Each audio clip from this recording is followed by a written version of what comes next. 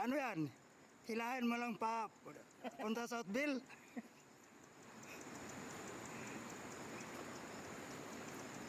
Yung dito na. Swerte! Nabuhol na oh.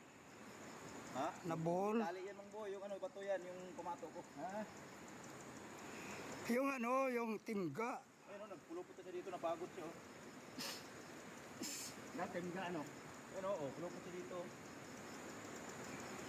Ito na bumawala dahil dito na yung hunter ng halos. Di kaya yata madadala pag lagay Boy. dito ng mga ano ah.